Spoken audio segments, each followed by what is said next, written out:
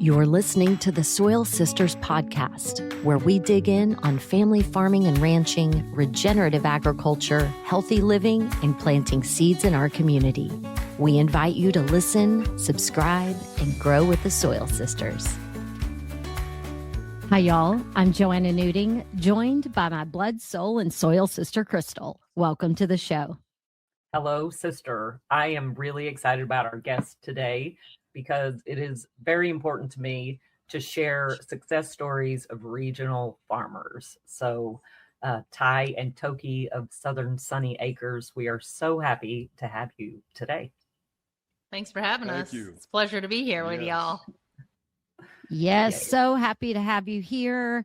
Ty and Tokie are running a veteran-owned family farm and a ranch in East Texas, focusing on pasture-raised protein, right? That's correct. That's what you're. All right. Yeah. You were a referral to us from our friends at the Small Producers Initiative, which we love collaborating with them and look forward to seeing everyone at the upcoming Southern Family Farmers and Food Systems Conference, where y'all will be speaking. Is that correct? We are one of the speakers, yes. And we love SPI, the Small Producers Initiative. They're great folks. We're so excited that we partnered with them last fall, I think it was. Last fall. To do an on-farm workshop. And so their team was up here and they're incredible to work with. And they asked us just to speak a little bit about our journey and how we got into being regenerative pastured protein operation. And they were like, hey, you guys should come be a keynote. And we were like, sure. What do you need us to talk about? So it was a little bit of a shock to the system.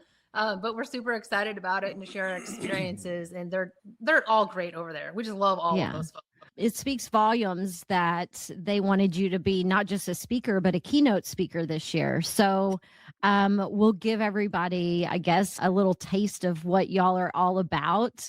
And then hopefully people will come join all of us at the conference in early August.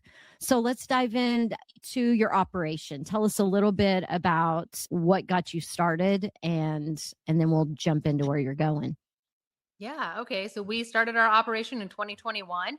We both just really had this desire to just know what was in the food that we were eating. We both grew up in and around agriculture. And so farming wasn't something that was like too far out of our scope or purview. But we just wanted to honestly raise food for ourselves. And we wanted to know how the animals were taken care of. We wanted to take care of the soil and the land, really kind of just get back to our roots. And actually our farm is named after my grandparents' farm that I spent summers on in Nebraska. So their operation was called Sunny Acres. And we're obviously in Texas. So we thought, well, we better add the southern part to it because Texas is south of Nebraska. And so we just jumped in, honestly, with the intention of being able to produce for ourselves and our family. And then our family and friends were like, well, we want to be in on that. Like, how do we become a part of that? And Ty spent more than 20 years with the military. And so he's just got this get it done, make it happen mentality. And so when people started asking us how they could get, quality chicken and eggs and lamb, Ty was just like, well, if you can raise 50, you can raise 3,000. And I just thought, sure. Yeah, that's a super easy jump. Let's do it. And so he just said, we're diving in. And that's really how we got started. It was just out of this desire to know where our food comes from, how it's being raised, how it's like giving back to Mother Earth and all of those things. So that's how we got started on this business farming journey. Well, all right. So did you start out doing both with the meat chickens and the eggs and the lamb, or did you just start integrating one and then adding the next? Yeah, we started with 50 broiler chickens. We raised those out and then jumped right into 300. We realized that there was a market for it and people were asking for it. So we had a coop that'll handle 300 and we agreed. Let's do 300. Let's not do 50 again. Let's fill it up. Let's not waste time. Yep. So that's how that started. And then eggs came next, and then sheep. And now we're going to start pigs too. Well, all right. Well, now what was that transition like going from 50 to 300? Was it just like, sure, let's do it, and it was fine, or was there a learning curve? It's a constant learning curve. It was a learning curve in the fact that you need to have freezer space. The first thing you need to do is work from the back to the front. Don't just start doing it. We just started doing it. And that it wasn't a mistake, I wouldn't say, but we realized, oh yeah, we need a couple more freezers. We have nowhere to put this meat. Well, so the first thing you should do is make sure you have enough storage to hold it until it's sold. But it all worked out. We got freezers while we were raising them and got her done. I love that. Yeah. So do y'all do direct to consumer? We do. So 95% of our business is complete direct to consumer. That's just how we started. And we've been really blessed to build up a great customer base locally around us that supports us just week after week. We do offer on-farm pickup. We have 2 weekly pickup locations, and we do delivery as well. We've got a couple of restaurants that we work with on a small scale for wholesale, which is great as well. But our bread and butter is definitely direct to consumer, which is something that I think that we really value and appreciate, because we love talking to our customers and getting to know them and knowing their families and where they're from. And honestly, it really helps us, I think, shape where our business is going. For example, it took us about 1.5 years to get into egg layers. And that wasn't necessarily because we thought, oh, we need to get into eggs. It's because our customers who loved our chicken said, when can I get eggs? Like, how do I get eggs? And we were actually referring them over to great farms who were running phenomenal operations. And like, you can buy eggs from them. And just due to circumstances, farms close down all the time. It's very sad. And they were like, hey, I can't find eggs now. And so we said, well, if our customer base wants eggs and is going to support us, then we took a seriously look at that. And that's how we got started in eggs. And that's really how it happened for us for sheep as well. Our customer base started asking us for a different protein source. And then the same thing with pigs. So we've kind of organically just grown that through having great relationships with our customers. Amazing. That is so important. And that's really what we are trying to impress upon anyone who's listening to these podcasts is find regional producers. And when you like what they're doing, ask them for more, or, who is doing this. And we want to inspire people who are thinking about this to do it and to understand that it can be done, and it can be done productively and where you live happy, healthy lives and you make a living doing it as well. So I'm so happy to hear this, and just adding on those verticals, adding on the other options for your local community. And again, regional food. This is exactly what we need. So what is your service radius? Your customers come to you from about how far out from your farm? Up to about 50 miles, I think, is our farthest customer right now. We're about 2 hours from the DFW area. So we're in East Texas. So Tyler, Texas is our big metroplex. And so we have customers who have a lot of family up in the DFW area. And so the next thing, probably over the next few years, that we're going to be looking at seriously is expanding into the DFW area, just because our customer base has family up there. And they've told us on multiple times their family comes down on the weekends to visit them and then wipes out their freezers with like all of our proteins and things to take back into Dallas. And then they're like, will you guys ship? Or like, how do they get on board to like get this? And so it's like, okay, well, great. Sounds good. We'll figure it out. And I think in a business mindset, you just kind of have to have that, like, listen to what your customers are asking, and then don't say, oh no, just be like, well, not yet, but we'll research it and work on it. And then you start asking other people who are doing it, or even if somebody's not doing it, just like, where do I start? Because it really is about setting up those regional food hubs so that we can end food deserts, right? And we can stop this. Local producers can feed their local communities. That's something at our core that we believe 100%. Yeah. And like, there's a gal at my church. She's like a runner for other people.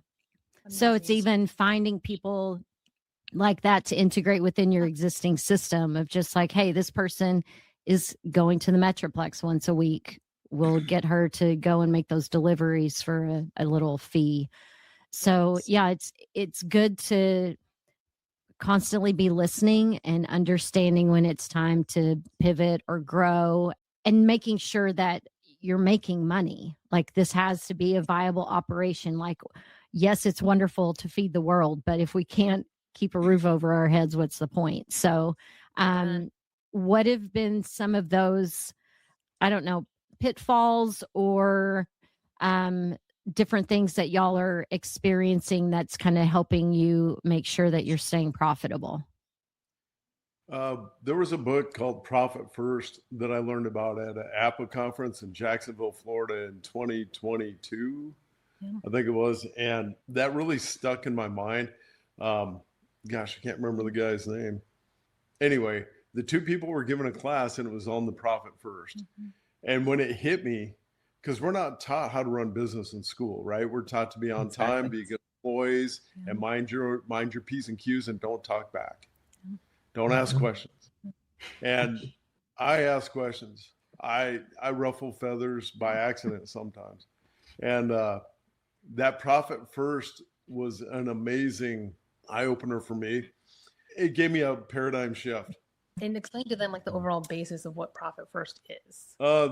Okay, so the overall basis of it was, first you have the amount of profit you want to make, and then you have all the things underneath it, all the logistics. And you don't touch your profit if you're not making that profit at the bottom. If your numbers don't line up, you start working the numbers under your profit. You don't touch your profit. A lot of people go to the Profit First and go, well, I just need to make, I can do a little less. I can take a little less. Well, it doesn't make you research. It doesn't force you to look at what you're doing and refine what you're doing, I don't think. And it really helps me to go, where can I take 6 steps instead of 10? And, you know, you don't need chemicals. Chemicals are man-made. We don't need chemicals to grow a pasture. We need animals. We need feces and urine. We need them to do it. We need an ecosystem, not our chemicals. So you lose that expense. So that really helps. So you look at the categories underneath your profit. You touch your feed costs. You touch your, where can I do less manual labor and cut back on my hourly, on the hours I spend doing the work I'm doing. So it was a good paradigm shift. Yeah. When we went to HMI's Regen Ag School, there was a class on planning for profit. And so it's that concept of how much money do we want to make? And then you work backwards, kind of like, oh, I need to make sure I have enough freezer space before I bring in all of these live animals. So that was makes something sense. that I learned with some other folks too, is that work your way back to the front. Projection, evaluation, and review technique, it's called. PERT for short. Apparently that's how we got people on the moon. Some people say we weren't. I don't care. I'm just saying that's the process. Work your way from the back to the front. What are some of the things maybe that you've shifted as you've been looking at that? So to maintain your profitability as a small farmer, what are some of those places where you're seeing that you've made shifts and tweaks? Well, so I'll share. I think we both have a couple different perspectives. But one thing that we did is Ty is very mechanically inclined, which is wonderful when you're running a farming business. And so one thing that when we made the jump from 50 birds to 300 at a time, he really paid attention to our feed rations for our meat birds and figured out exactly how many linear feet we would need per bird to get like an additional half a pound. And sometimes I think people are like, it's just half a pound. What does it matter? It matters, right? Like a half a pound is huge because it can produce things like you can pull the tenderloins off of the breast and still have a decent sized breast to sell to your customers, and customers want tenderloins. And so in that, with him researching and figuring those things out, he was like, well, the only way to do this is if I custom build like these feed troughs. So instead of having to go out and feed every single day, I can make them. We can store enough feed in them inside of the coop, which gets moved every day, and like feed every 3 days. And that right there lowers your labor costs, right? And so it's those types of things. And I think that thinking, which was big for us, because let's face it, it's really hot in the summertime in Texas. And a lot of times it's like, I don't want to have to go worry about feeding 300 birds every single day and spending 2 to 3 hours out in the heat when I can get it done in an hour. And so those are the things that I think we've sat down and kind of thought about a lot. I'm the idea fairy, I'll call myself over here in this business relationship. I'll throw out like, hey, what do you think about this? And then I just set it over in Ty's court and just let him mull it over. And then, you know, he'll come around and be like, hey, we can do this. And I'm like, sounds wonderful. And that's all on you. So build it and let me know.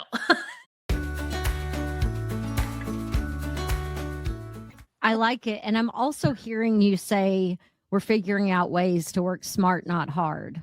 Yes. Have to. Yeah, a lot of people, something else was kind of interesting. A lot of people think if I've got 2 square foot per bird, I'm good. Yeah, for space, but you have to have enough feed space for them to be comfortable and not stress out while they're eating. Yeah. Otherwise, they won't grow. Yep. So yeah.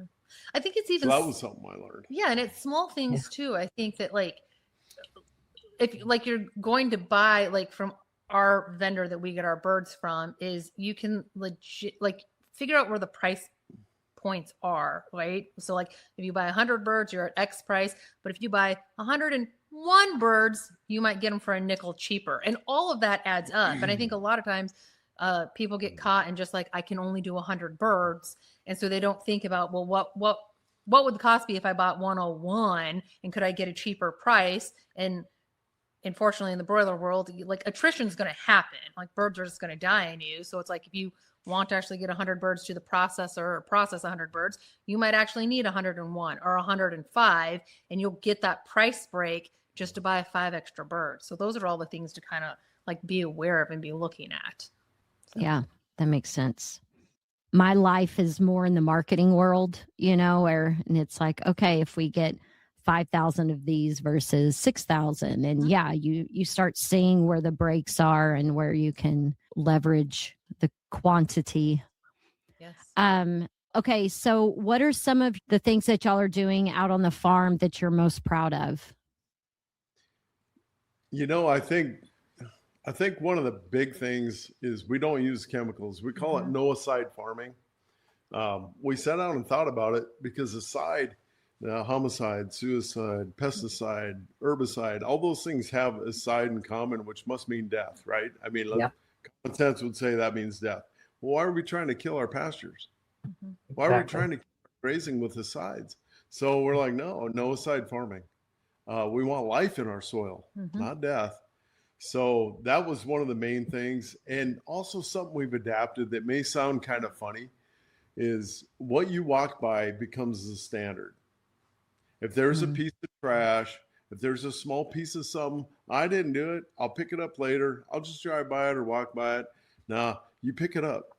If something is broke and you have the time to fix it right then and there, you don't walk by it. Because if you do that, then becomes the standard. Well, everything starts breaking apart and then you just keep walking by it. So I like that. Yeah. I do too. And I'll tell you, it's so much easier to keep things together when you do it like that.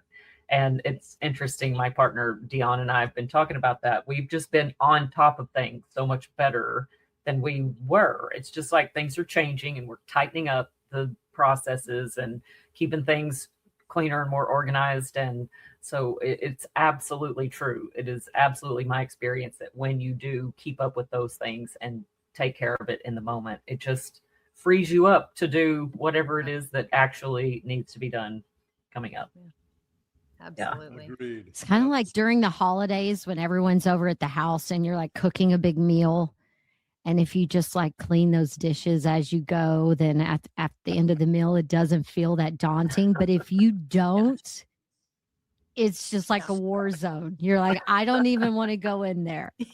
It's so true. Like just hide it in a cupboard. Think about it tomorrow. Oh, true. That's so true. So what are y'all going to be discussing during your keynote at the Southern Family Farmers and Food Systems Conference?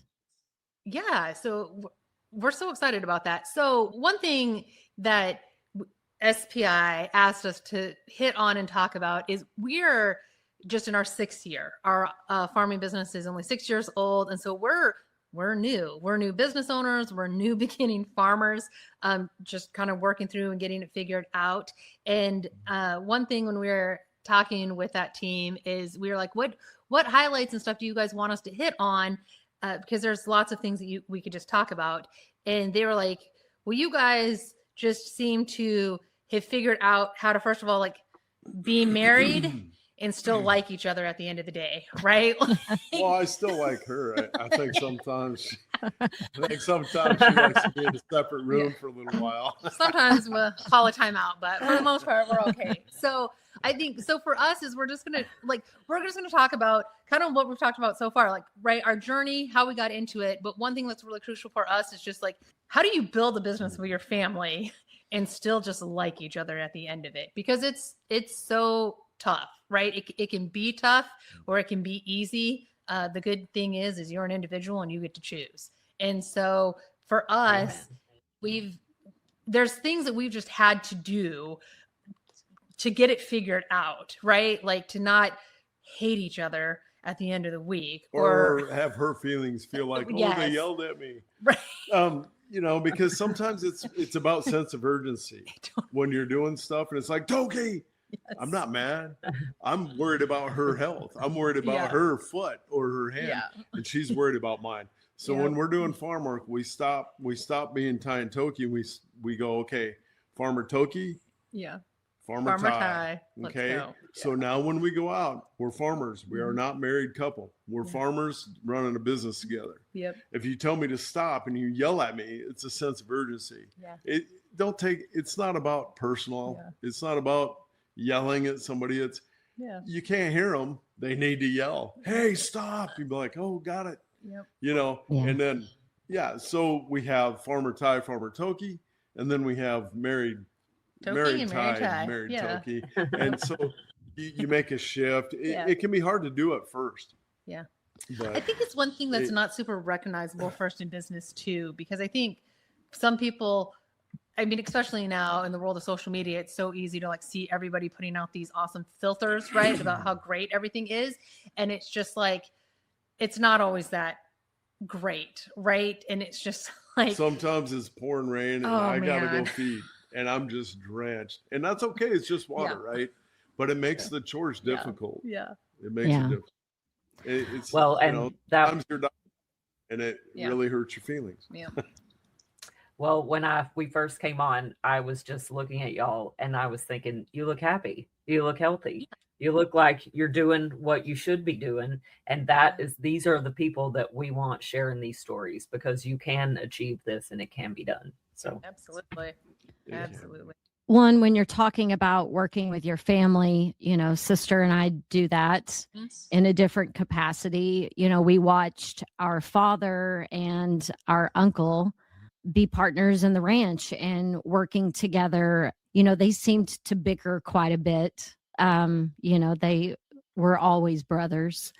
And that was one of the things I told sister. I was like, listen, if we're going to do this, I need to know that this is not going to be a sister thing where we fight or whatever. Like this has to be separate. This is a business. I need us to know that we can say whatever needs to be said and that nobody takes it personally. And so, I really do think that is a conversation that needs to be had between any family member or romantically involved folks before they get into something like this, because it absolutely can make or break a business. 100%. So we have our relationship, we have farmer, but we also have business Ty and Tokie. Mm-hmm.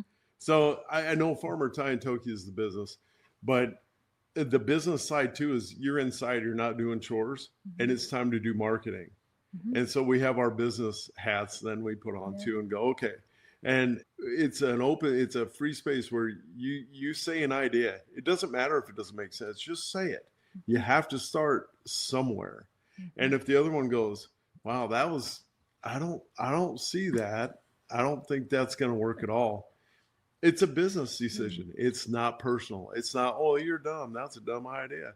It has nothing to do with that. It has to do with how we're going to make this thing work. Yeah. And, Well, and I have noticed as a human being that sometimes if it's not my idea, I don't think it's a good one. And then the longer I sit with it, I'm like, actually, that's pretty brilliant. So you always, yes, say it. Yeah. Yeah. say it. Yeah, always. And I think it's also right. It helps get a different viewpoint on it. I think another thing that was pretty critical is like, don't make the assumption especially when you're starting in business, that you can just do it all. I think we have this idea of like, we can do everything, right? Like we can be the full-time marketer. We can be our own accountant. We can be our bookkeeper. We can be our own legal defense. Attorney, we can do like all of it. And it's like, well, at some point, somebody's actually got to produce a bird so you can sell something, right? Like someone's got to do something here. And so I think it's just having those real conversations as business partners and saying like, all right, where are we going to give and where do we know that we can't? And so maybe we have to sub that out, right? Like maybe you can find we have a an customer. accountant. We have a bookkeeper. You know, so we don't do all that ourselves by any means. It doesn't work. It doesn't make sense. Yeah. Well, and in the beginning, we do have to wear a lot of hats because you're figuring it out. Like in order to get a bookkeeper or to have a CPA or to hire a social media firm, you have to have a plan. Mm-hmm. Yes. You know, you have to give these people direction. So it's important to be willing to wear those hats in the beginning, but then understand where it's like, okay, I'm spread too thin now. Mm-hmm. These are my strengths. This is what brings me joy to do. And this is going to be my lane. This is going to be your lane. And now we need to fill these lanes. Absolutely. Yeah. Agreed. Yeah. Because if it's not fun, then if you're not having fun, then she's not having fun. We're not having fun. Like it's ain't nobody having fun. Right. True. And if nobody's having fun, you're not having fun in your romantic life either, or your life's separate as a couple. It's stressful then too. And your partner or your business partner, whoever they may be, I know I'm partial, but strictly from a business farm standpoint, Tokie is one of the smartest, most organized people I've ever met in my life. I still don't know how this happened, but she said, and it's very helpful to have somebody that's very organized. Mm-hmm. So that's a huge help. If you can find somebody that's very organized. If you're not, if you are, you're good. Yeah, exactly. So when did y'all first attend Southern Family Farmers and Food Systems Conference? 2020. No, so just real soon after y'all started. 2021. Yeah. Right. Yes, because we went to the Mother Earth News Fair in Belton, Texas in 2020. And we saw Judith McGeary with FARFA there, Farm and Ranch Freedom Alliance. And we talked to her and visited with her and became life members there. And then the conference was already done for that year. Right. So we went to the next one. Yep. So 2021, because we got signed up for the newsletter. Yep. And and we were like, we should go. We better go to that. We better figure out what that is, which I would say that's a big thing for us. And as we were starting out is we're very big advocates of like continuing just to learn and seek the education and build up your network. Same. And so that's when we went to that conference, we really just went there just to absorb everything that we could absorb and to meet people and get things figured out. And I guess, we've done that. We've gone to a lot of conferences since then, but that's how we got involved with that one. And it was, for our first year there, we had no clue what we were doing. Like we did not realize that there were all these different tracks and like different areas to go to. And so we were just bouncing around like from room to room, like, oh my gosh, that sounds interesting. Oh, that sounds interesting. And oh my gosh, that sounds so interesting. And it was a lot of fun, but we divided and conquered. Yes, we quickly figured out the night before we decided who's going to what, and then we just we divided up.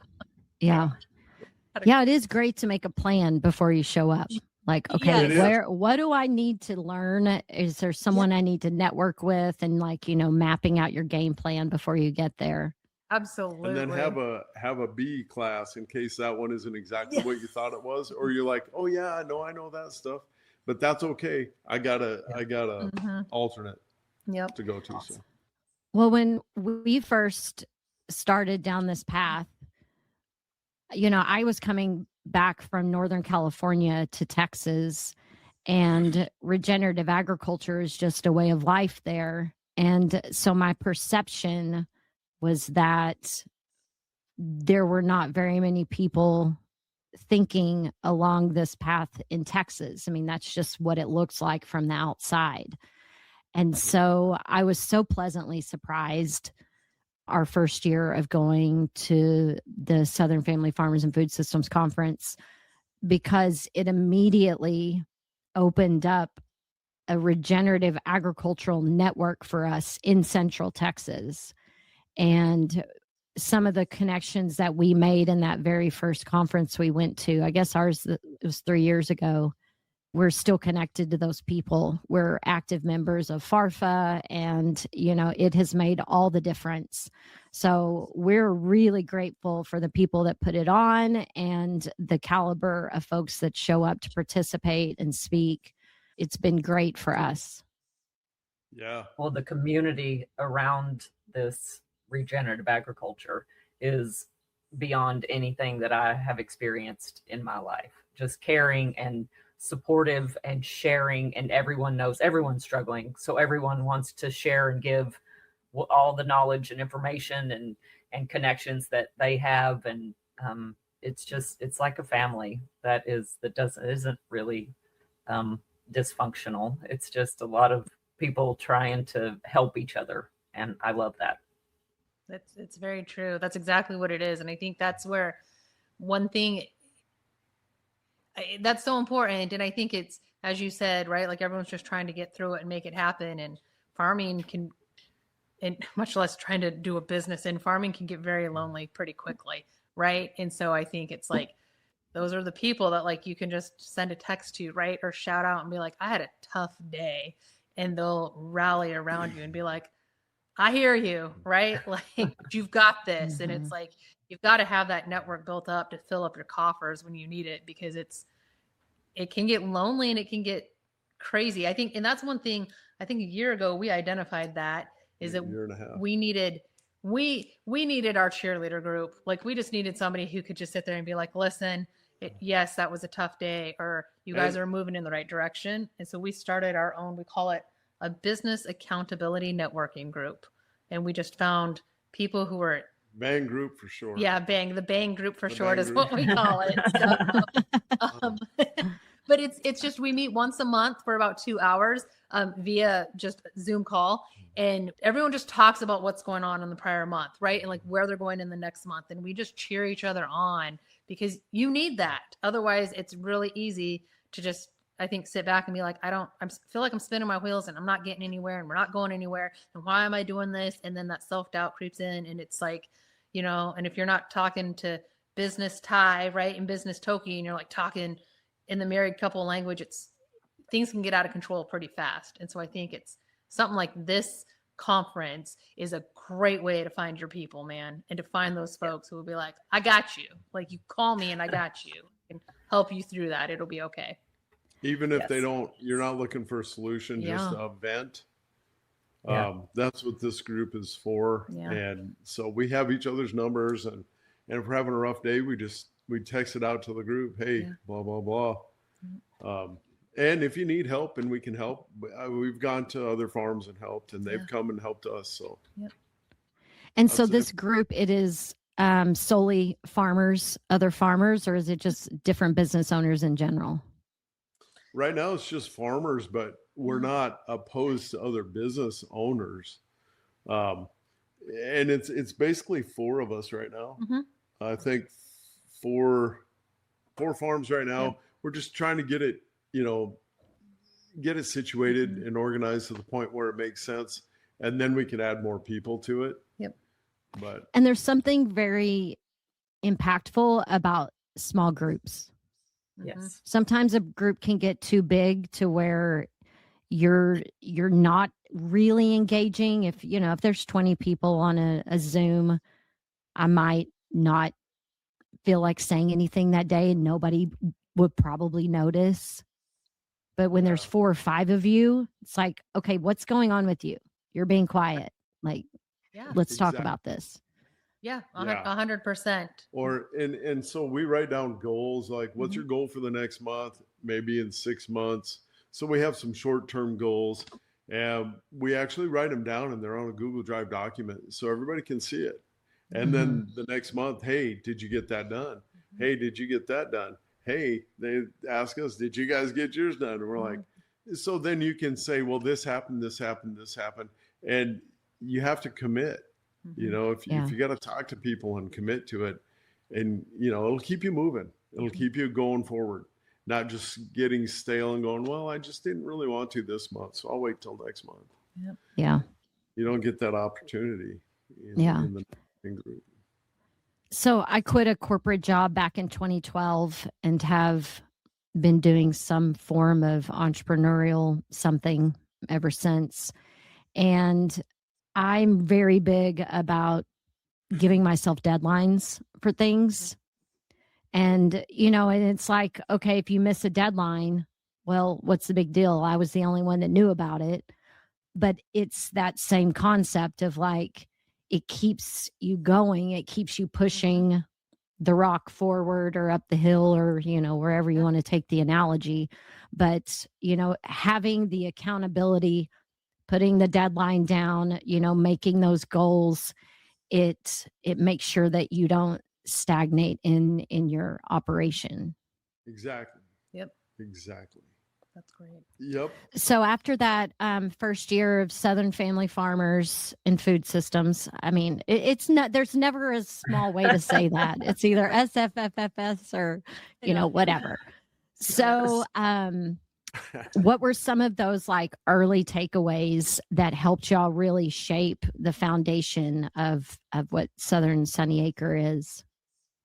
Yeah. So, okay. So I think, one of the biggest takeaways that we did in that first year, our first year we went was in 2021, is one of the classes that they had was on grants or like how to find funding for your operation.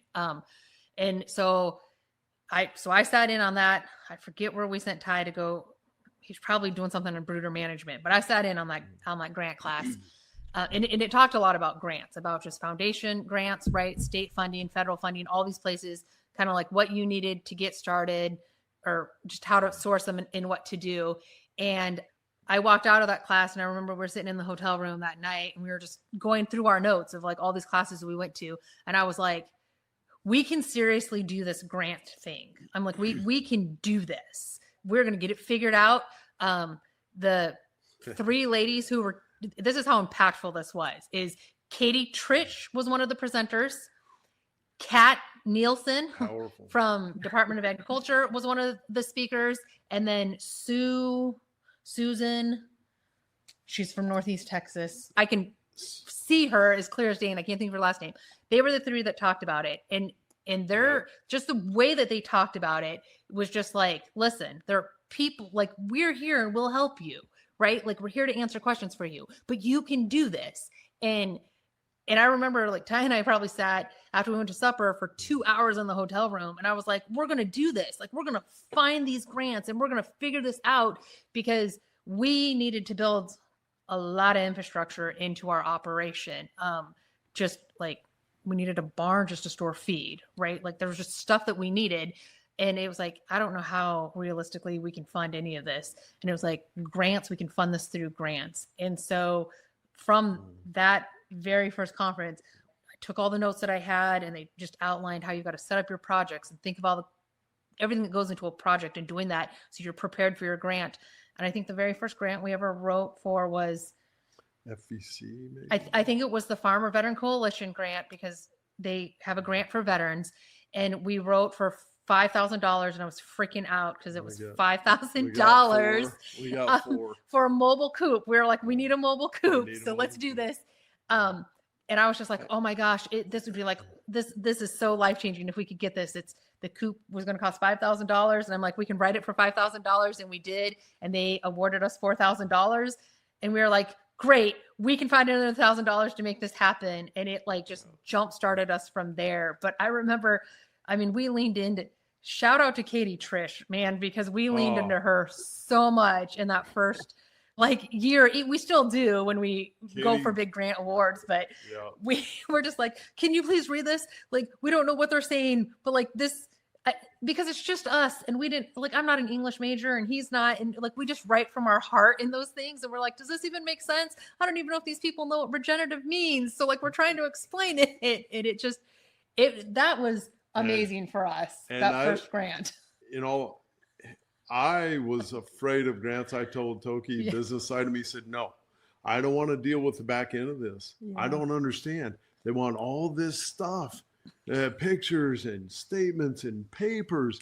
I said, you know what? I really don't. I'm a little afraid of them. The military side in you was like, wait a minute. Yeah, where's the catch here? How's it? How much of this you going to crawl back if everything isn't perfect, right? And she goes, no, please. And I said, you're right. Let's do it. So I don't want people to think that, oh yeah, we just heard about it and went for it. No, I was resistant because I didn't like the back end of it. But Tokie says, look, you build the coops, I'll take care of the grant. I said, okay, fair enough. And then I'll watch her and learn what she's doing. So then I can do it, you know, instead of being scared of it. I think that's where organization comes into key too, right? Like Ty mentioned, like Tokie's pretty organized, and I think it's just like with anything. I mean, I could not, like, we got the mobile coop, we got it in, and it came in on these two large skids. And I walked out there and I took a picture because I was so excited. And then, you know, like, there's this big instruction book, and I was like, that looks really complex, and they're using a lot of weird terms that I don't understand. So I politely handed it over to Ty and was like, here you go. This is your world. I needed pictures for the grant, and so I need the receipt. Thank you. But I like took that stuff and did my thing. So like, but that first conference for me, that was like one of the most impactful things that I took out of that very first conference was like, there's a way that you can help fund your business. And I mean, it takes work. Everything takes work. But I think you just got to get committed in your mind. Like, we're doing it, or I'm going to find a different way to make it happen. So, and don't sweat writing the grant. No. Don't sit there going, man, I don't think we're going to get this. Just write it to the best of your ability. And when you get it back, if they say no, there's a point of contact. Call them, ask them what you did wrong or what they need to see different. You do look at it as a business choice, not a personal. Oh, I'm such a failure. You're not a failure. You just didn't get the grant. So call them, ask them what you need to change. Talk to Katie Tritch. She's powerful. And and start over. Do it again. Don't just quit. You're not a failure. You're only a failure if you don't move. Right. If you don't do anything, you failed because you never began. If you didn't get the grant, but you put it in, you're not a failure. What you are is a success because you're one step closer to getting that grant next time. Absolutely. Possibly. Exactly. You've already got the bones of it built. You've already done it once. So the next time it's going to be no problem. Let's go. Well, and the other beautiful thing too is for 10 years, we have the luxury of being novice farmers, and we get to ask for help. And there's actually opportunities that are specifically designed for folks like us. So, you know, asking the questions, putting yourself out there, being vulnerable, all of those things will open doors to pools of money that are taxpayer driven, that are supposed to come back to farmers so that we can do this. Yes. Yep. You said it. Like, don't be afraid to ask. Do not be afraid to ask.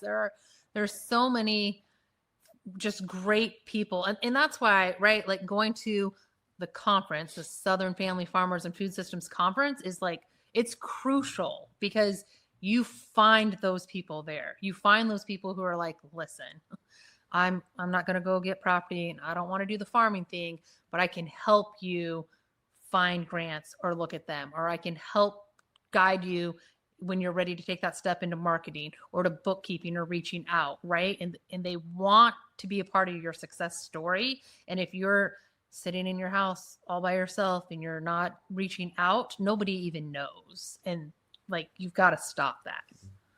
Yeah. I think you said it. Make yourself vulnerable. Yes. Yep. Don't be afraid. Yeah. All right. Sissy, is there anything that I haven't asked that you want to before we start sharing some info with folks about the conference and how to find Ty and Tokie? Well, I think that we've had lots of good conversation and you've asked excellent questions as you always do. Yeah, I'm excited. I love y'all. I am super excited. I think that you are just perfect people to be spreading this message because you are glowing, both of you. And I'm really happy to see success in farming communities and families. And thank you for that. And thank you for being the light that you are and going to be sharing this with all the folks at the Southern Family Farmers and Food Systems Conference, because there will be a lot of people there. And this is exactly the kind of message I want them to hear. Don't give up. Don't worry about it. Don't take it personally. Keep going. You've got this. And we've got your back. I mean, literally, I personally, Joanna, of course, for y'all individually and for farmers in general. We are so here to support this movement and to help guide it and support it and move it in the direction of health for the soil and the life in the soil and life on our planet. So this is really exciting. Yeah. Yes. Thank you. Well, Ty and Tokie, is there anything that I didn't ask you that you find pertinent to share before we dip? I would like to say I do have a military retirement, so I have a small amount, that I get monthly. Yeah. Tokie has a full-time job. We are I not. do. We don't want to see people make them think that this is our only source of income. Right now, it is not, and we're pouring a lot of our own income into this still, but it's about to turn around. I think it takes a little time. So I don't want people to think that we're just magically quit everything and now we're raising chicken and sheep and everything's good. Okay, it is good, but it takes time. Yeah. And so we still have other sources of income at this point. But the goal is that she's not going to be doing that. And we're going to be farming full time. So that was all. Thank you. Yeah, thank you for pointing that out, because that is, I think I fit multiple full-time jobs and like put them into part-time, compartments in my head. But yeah, I work a lot to do what we do. Crystal also has full-time gig that she does. So yeah, we're when you're passionate about this, you're willing to hustle. Yeah. It's like we have to learn to be excellent land stewards for our family. And so I'm willing to make less money and put money that I make from other things into this, because we're playing chess, not checkers. And it's just like, this is part of the strategy. Yes. Amen. Just All part right, of the club, part of the family. This is the way it is right now, but the world is changing and I do see things coming online and people opening up. And because once the regenerative takes hold, it won't be nearly as difficult as it is with us working with dead dirt. There's no life in the soil, so everything is more difficult. And that's just going to get easier because we're all working in that direction. Absolutely. Yes. Amen. Yes. Amen to that. it can be done without all the extra inputs that we think are necessary. Yep. Yes, it can. Yeah. Yay. All right. Well, we hope to see all of you joining us at the Southern Family Farmers and Food Systems Conference, August 3rd and 4th at Texas State University in San Marcos, Texas. To learn more about the conference, get your tickets, you can go to southernfamilyfarmersconference.org. And if you want to follow along on Ty and Tokie's journey, you can find them on Facebook and Instagram. They are at Southern Sunny Acres, and their website is southernsunnyacres.com. Ty, Tokie, thank y'all so much for your time. We will see you. We are going to be recording podcasts from the conference. So when you're in the exhibitor hall, make sure to stop by and give us a hug. And we look forward to seeing you and all of our other friends. And this has been great. Awesome. Well, Thank you, guys. It's been so great. Thanks. Thank you. Connect with the Soil Sisters at txsoilsisters.co. Submit questions, guest or show ideas, and sponsorship inquiries. The Soil Sisters podcast was created and produced by Joanna Nuding. Editing and sound design are in the capable hands of the PodConnects Podcast Network.